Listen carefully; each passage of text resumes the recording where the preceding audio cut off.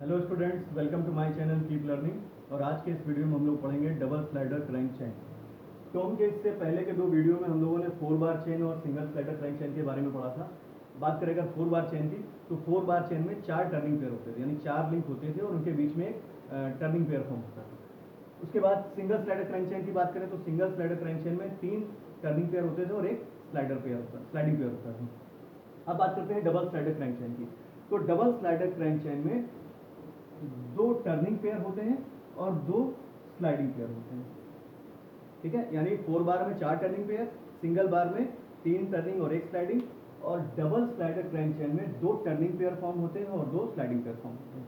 अगर इन्वर्जन की बात करें तो इन्वर्जन हम जानते हैं क्या होता है। इन्वर्जन का मतलब किसी भी काइनेमेटिक चेन में अगर हम किसी एक पर्टिकुलर लिंक को फिक्स कर दें तो वो मैकेनिज्म बनती है, और डिफरेंट डिफरेंट लिंक का फिक्स होना वो कहलाता है इन्वर्जन।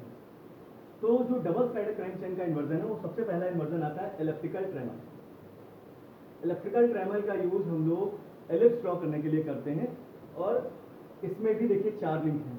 ये इलेक्ट्रिकल ट्रेमल का एक फिगर है, देखिए इसमें 4 लिंक आपको दिख रही हैं। सबसे पहला एक ये स्लाइडर है, एक ये लिंक हो गई, एक स्लाइडर ये है, एक ये लिंक हो गई, और इन दोनों स्लाइडर को ये जो लिंक कनेक्ट कर रही है, जिसे हमने बार डिनोट किया है, एक लिंक ये हो गई, यानी 3 लिंक ये हो गई। और चौथा ये देखिए, ये स्लॉटेड प्लेट है, 2 स्लॉटेड प्लेट हैं और ये एक दूसरे से 90 डिग्री पर है। एक स्लॉटेड प्लेट ये, एक स्लॉटेड प्लेट, तो ओवरऑल 4 लिंक हो गई इसमें। ठीक है, एक स्लाइडर बी ये, एक स्लाइडर एक ये, इन दोनों स्लाइडर को जो लिंक कनेक्ट कर रही है ये, और लास्ट सबसे ये लिंक 4, ये जो स्लॉटेड प्लेट है। ये दोनों जो स्लाइडर हैं ये इन्हीं स्लॉटेड प्लेट में स्लाइड करते हैं। पहला स्लाइडर ये यहाँ से अपना इस तरीके से स्लाइड करेगा, ठीक है, और दूसरा ये जो स्लाइडर है ये इस तरीके से इधर से स्लाइड करेगा ऐसे। अब बात करते हैं कि 2 टर्निंग पेयर कौन से फॉर्म हो रहे हैं और 2 स्लाइडिंग पेयर कौन से इसमें फॉर्म हो रहे हैं। तो देखिए, ये जो लिंक 2 है ये इस स्लाइडर के साथ में ए पॉइंट पर है, यानी यहाँ पर एक टर्निंग पेयर फॉर्म हो रहा है, और ये लिंक 2 इस स्लाइडर बी के साथ में इस बी पॉइंट पर एक टर्निंग पेयर फॉर्म कर रहा है। यानी टोटल टर्निंग पेयर की बात करें तो टर्निंग पेयर कौन कौन से हो गए, बिटवीन लिंक 2 एंड लिंक 3, ये पहला फॉर्म हुआ। दूसरा कौन सा हुआ, बिटवीन लिंक 1 एंड लिंक 2, ये टर्निंग पेयर हो गए। स्लाइडिंग पेयर की बात करें तो देखिए, ये जो स्लाइडर है ये स्लाइडर यहाँ इस तरीके से स्लाइड कर रहा है, यानी बिटवीन लिंक 3 एंड लिंक 4, या स्लॉटेड प्लेट। स्लाइडिंग पेयर, अब इस स्लाइडिंग पेयर में कौन कौन सा हुआ, लिंक 3 एंड लिंक 4, इस स्लाइडर और इस लिंक के बीच में एक स्लाइडिंग पेयर फॉर्म हुआ। दूसरा लिंक 1 एंड लिंक 4, यानी इसके और इसके बीच में एक ये स्लाइडिंग पेयर हुआ। ये स्लाइडर इस लिंक पे इस तरीके से स्लाइड करेगा। तो ये देखिए, ये 2 टर्निंग पेयर फॉर्म हुए और 2 स्लाइडिंग पेयर फॉर्म हुए। तो इसका मतलब ये एक इन्वर्जन है। अब इस इन्वर्जन का मतलब क्या हुआ, इन्वर्जन का मतलब हुआ किसी एक लिंक का फिक्स होना। तो इलेक्ट्रिकल ट्रेमल फॉर्म करने के लिए हम क्या करते हैं कि स्लॉटेड प्लेट को फिक्स कर देते हैं। जब हम स्लॉटेड प्लेट को फिक्स करते हैं तो हमें कौन सा इन्वर्जन मिलता है, इलेक्ट्रिकल ट्रेमल। तो स्लॉटेड प्लेट को हमने फिक्स कर दिया, ठीक। और ये जो लिंक है, ये लिंक जिसको हमने बार बोला है, यानी जो दोनों स्लाइडर को कनेक्ट कर रही है, इस लिंक के किसी पॉइंट पी को अगर हम ट्रेस करें तो ये पॉइंट पी जो है ये एक एलिप्स फॉर्म करेगा। यानी इस लिंक पे हमने किसी एक पॉइंट पी को ट्रेस किया तो वो एक एलिप्स फॉर्म कर रहा है। अब देखिए, इसे हम प्रूव कर सकते हैं कैसे ये एक एलिप्स फॉर्म कर रहा है।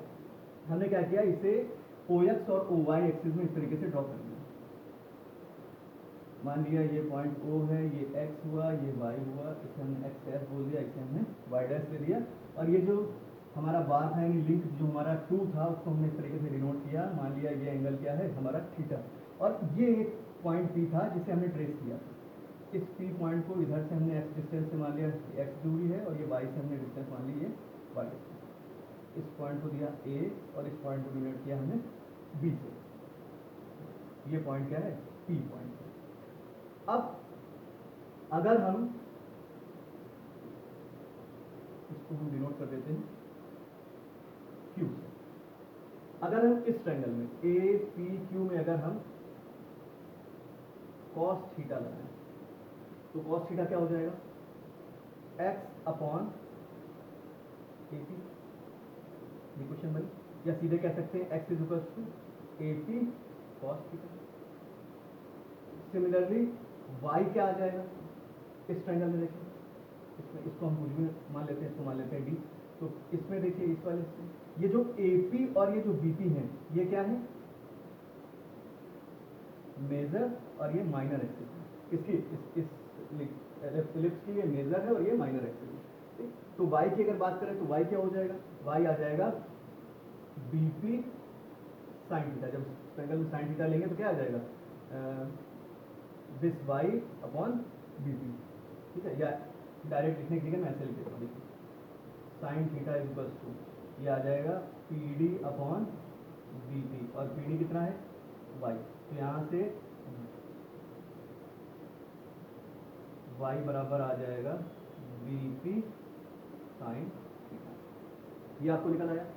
या यहाँ से हम क्या करें, AP की वैल्यू जब हमने निकाली तो क्या आ जाएगा x अपॉन कॉस थीटा, और BP की वैल्यू निकाल के आए तो क्या है y अपॉन साइन थीटा। तरीके से आया था, ठीक है। या कॉस थीटा को हम क्या लिख सकते हैं x अपॉन AP, और साइन थीटा को हम क्या लिख सकते हैं y अपॉन BP। इस तरीके से लिख सकते हैं। इन दोनों को हम क्या करेंगे, स्क्वायर करके दोनों साइड और ऐड कर देंगे। तो अगर इसको स्क्वायर करके ऐड कर दिया हमने यहाँ पर, तो हमारी क्वेश्चन क्या बन गई, cos square theta plus sine square theta, ये LHS में आ गया, is equal to x square upon AP square plus y square upon BP। Cos square theta plus sine square theta क्या होता है 1, this will be equal to x square upon AP का square plus y square upon BP square. ये देखिए equation form हुई ellipse. It means ये जो P point है वो क्या डिनोट कर रहा है, एक इलिप्स फॉर्म कर रहा है। अब सेकंड केस में हम ये कंसीडर करते हैं कि अगर ये जो पॉइंट B है ये अगर इस AB लिंक का मिड पॉइंट है। अभी हमने रैंडम एक पॉइंट कंसीडर किया था तो हमको ये पता चल गया कि ये पॉइंट P जो है वो एक एलिप्स फॉर्म कर रहा है। लेकिन अगर हम इसकी जगह ये कंसीडर कर लें कि ये जो P पॉइंट है वो मिड पॉइंट है किसका, इस बार का यानी इस लिंक 2 का मिड पॉइंट है। तो अगर मिड पॉइंट हो गया तो मिड पॉइंट के कंडीशन में क्या हो जाएगा, AP will be equal to BP। तो यहाँ पर जो BP है उस BP की जगह हम लोग क्या लिख सकते हैं, उस BP की जगह हम क्या लिख देंगे AP। तो यहाँ से हमारी क्वेश्चन क्या बन जाएगी, x square upon AP square plus y square upon AP square is equal to 1, या x square plus y square is equal to AP का स्क्वायर। और ये इक्वेशन किसकी बनी, ये इक्वेशन बनी है सर्किल की। यानी इस केस में ये क्या फॉर्म करेगा, सर्किल फॉर्म करेगा, जहाँ AP उसकी क्या हो जाएगी, रेडियस हो जाएगी, ठीक है। तो ये ध्यान रखने वाली चीज़ है कि अगर ये B मिड पॉइंट पर हो गया उस कंडीशन में एलिप्स नहीं, ये एक सर्किल फॉर्म करेगा। लेकिन अगर रैंडम हम किसी एक पॉइंट P पे कंसीडर करते हैं तो वो एक एलिप्स फॉर्म करता है। इलेक्ट्रिकल ट्रायंगल फॉर्म कैसे होता है, तो उस केस में हम क्या करते हैं, स्लॉटेड प्लेट जो है हमारी उसे हम फिक्स करते हैं। अब दूसरे केस की बात करते हैं, अगर स्कॉच-योक मैकेनिज्म। तो स्कॉच-योक मैकेनिज्म में क्या होता है कि अगर हम अब इस केस में जैसे इसमें स्लॉटेड प्लेट को फिक्स किया था, अब अगर हम स्लॉटेड प्लेट को फिक्स ना करके किसी एक स्लाइडर को फिक्स कर दें, अगर हमने किसी एक स्लाइडर को फिक्स कर दिया, यानी फिक्सिंग एनी वन स्लाइडर, अगर किसी एक स्लाइडर को हमने फिक्स कर दिया तो जो इन्वर्जन हमें फॉर्म होता है डबल स्लाइडर क्रैंक चेन में, उसे हम बोलते हैं स्कॉच-योक मैकेनिज्म। इस केस में देखिए हमने इस स्लाइडर को फिक्स कर दिया, ठीक है, इस स्लाइडर को फिक्स कर दिया, और इसका यूज हम करते हैं किस लिए, रोटरी मोशन को रेसिप्रोकेटिंग मोशन में कन्वर्ट करने के लिए। इसको इस तरीके से देखिए हम समझ सकते हैं कि एक को हमने फिक्स कर दिया और एक ये जो इस स्लाइडर को अगर हम देखेंगे तो ये इस तरीके से रोटरी मोशन करेगा और ये इस तरीके से स्लाइडिंग मोशन करेगा। यानी जब भी कभी हमें रोटरी मोशन को रेसिप्रोकेटिंग मोशन में चेंज करना है तो हम स्कॉच-योक मैकेनिज्म का यूज करते हैं, और इस मैकेनिज्म में हम किसी भी एक स्लाइडर को क्या करते हैं, फिक्स कर देते हैं। अब तीसरा इन्वर्जन आता है,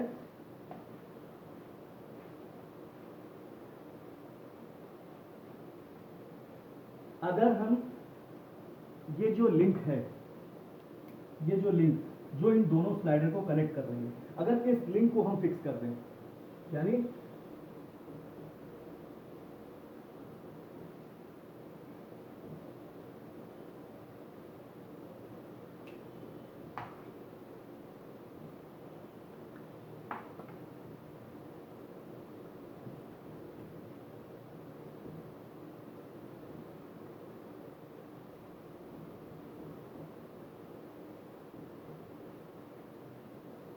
और ये जो लिंक है, अगर हमने इस लिंक को फिक्स कर दिया तो जो तीसरा इन्वर्जन हमें फॉर्म होता है उसको बोलते हैं ऑर्डन कपलिंग।